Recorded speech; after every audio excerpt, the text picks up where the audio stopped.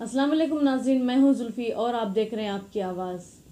بڑے ہی نہایت رنج و غم کے ساتھ ہمیں یہ کہنا پڑ رہا ہے کہ 23 جولائی 2020 کی رات کو جناب فاروق پاشا جی، جو پادرائن پورہ کے لیڈر تھے، ان کا انتقال ہو گیا۔ ناظرین، جس طریقے سے یہ اعلان بڑے ہی رنج و غم کے ساتھ آپ لوگوں کے سامنے ہم رکھ رہے ہیں، ہم چاہتے ہیں کہ جناب فاروق پاشا صاحب کے حالات زندگی کے ایک دو عمل ہم آپ کے سامنے رکھیں۔ لیکن نہایت ہی رحم دل شخص تھے، کہنے کو پہلوان ہیں لیکن بہت ہی نہایت ہی رحم دل شخص، اور لوگوں کی فکر اور ایک طریقے سے کہیں تو دور اندیش شخصیت۔ اس طرح جب دنیا سے لوٹتے ہیں تو صرف ان کی فیملی ہی نہیں بلکہ پورے علاقے کا ایک بہت بڑا نقصان ہے جس کی بھرپائی شاید ناممکن ہے۔ دیکھیں، پھر بھی ہم لوگ جو ہے انا للہ پڑھتے ہیں کہ اللہ تعالیٰ ان کی مغفرت کرے۔ ہم دعا یہی کرتے ہیں کہ اللہ تعالیٰ ان کے نیک اعمال کو قبول کرے۔ ان کے جو حیات زندگی میں جو اعمال تھے، بہت دور اندیش شخصیت تھے۔ انہوں نے اپنے علاقے کے لیے ایک بہت اچھے لیڈرز بھی دیے ہیں۔ ان کی سوچ اور ان کی سمجھداری کے مظاہرے کئی جو ہے دیکھنے کو ملتے ہیں۔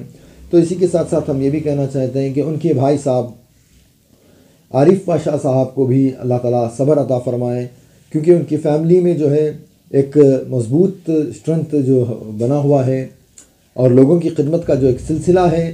اس سے پہلے بھی آپ نے عمران پاشا صاحب کی زبانی سنا کہ وہ ایک انسٹرکشن دیتے ہیں، اس طریقے سے جو ہے لوگوں کی خدمت کرتے ہیں، بڑھ چڑھ کر کے جس طرح سے آپ آج کے دور میں عمران پاشا، عارف پاشا صاحب جو خدمت کرتے ہیں، انہی کے خاندان کے، انہی کے بھائی جو وہ بھی ایک خدمت میں ایک بڑا حصہ ان کا بھی تھا لوگوں کی۔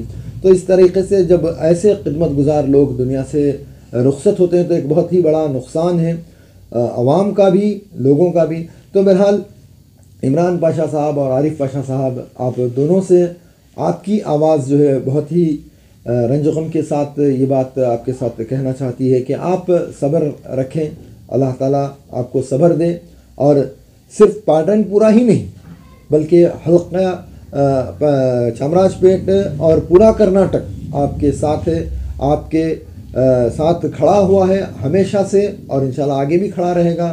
تو بہرحال کہنے کا مطلب یہ ہے کہ اس طرح کے جو دور اندیش شخص، اس طرح کے لوگ جب دنیا سے رخصت ہوتے ہیں، نقصان جو ہے تمام انسانیت کا نقصان ہے۔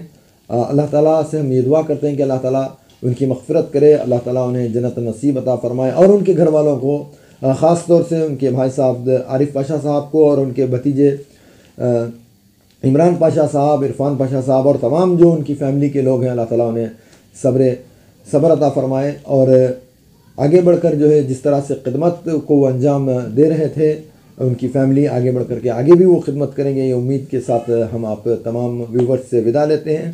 تو آپ بھی دعا کریں کہ اللہ تعالیٰ عارف پاشا صاحب کو صبر عطا فرمائے، اور فاروق پاشا صاحب کی اللہ تعالیٰ مغفرت کرے، اور ان کے گھر والوں کو ان کے صبر جمیل عطا فرمائے۔